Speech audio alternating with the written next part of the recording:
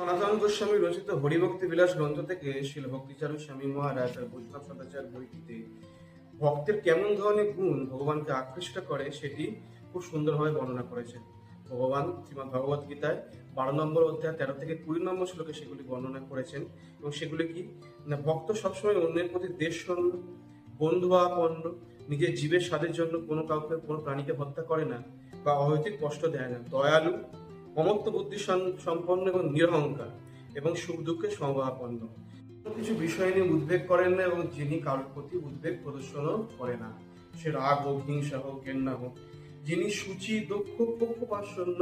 এবং সাহসী এবং মিত্রের প্রতি সমবুদ্ধি সম্পন্ন, যার বাক্য সংযত, যে কোনো দুঃখ এবং সুখে